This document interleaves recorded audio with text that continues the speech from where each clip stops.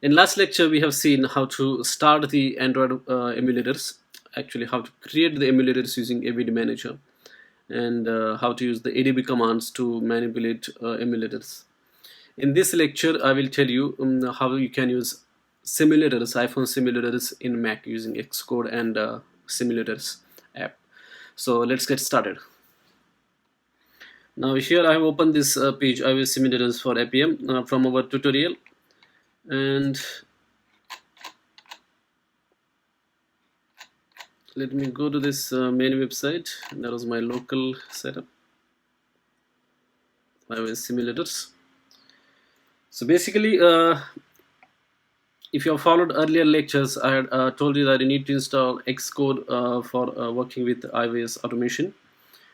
So I'm assuming that you have already downloaded and installed this Xcode. It's a huge installation file, like 8 GB, 7 GB, like that. So if you have installed Xcode, you can go ahead and open the Xcode.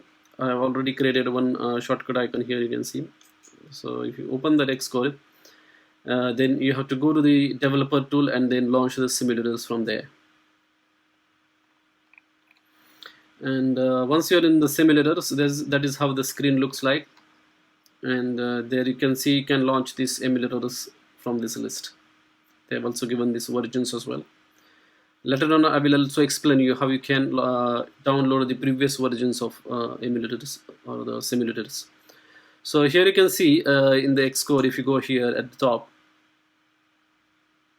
there is an open developer tool thing, and then you have to click on simulator. Once you click on simulator app will open, and over here I have already opened the simulator app. You can see this is how it looks like, and you can see this is the simulator app. And if you go here hardware, in the device section, you can see lots of simulators there. iOS 12 version, iOS 12.1, iOS 11.0. So basically, when initially I installed Xcode, I just had one of these, iOS 12, but I downloaded 11.0. So I will tell you how you can download that.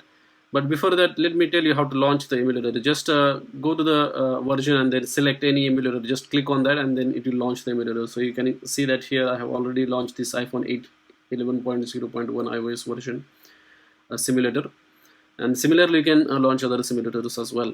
And there are other settings related to this simulator. You can restart the simulator. You can erase all the content settings. You can rotate left, right. You can change the orientation. Then you can click on home button, this home button. Then you can lock that simulator if you want. Then touch ID. Touch ID is this button actually. This acts as the fingerprint scanner.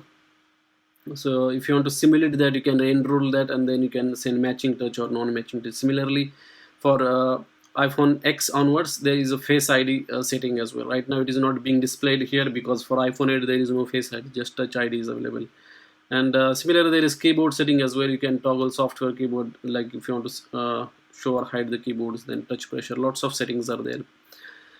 So if you want to, this is about iPhone simulator settings. Now I will tell you how you can download previous versions of iOS versions. So for that, you have to click on manage devices, and then once you click on that, another screen will open up.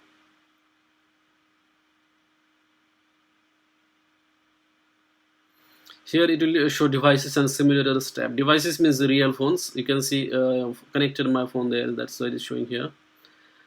And you can click on simulators because we want to download the simulators for earlier versions. Then click on plus button there at the bottom.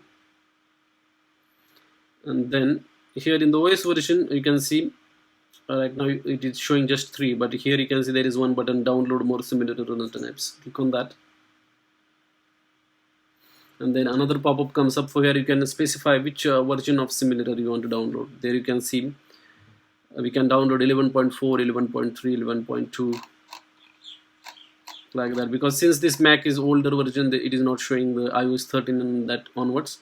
But if you have got latest Mac, it will be showing latest iOS versions as well. So to download, just click on this arrow button and then follow the on-screen instructions to download that.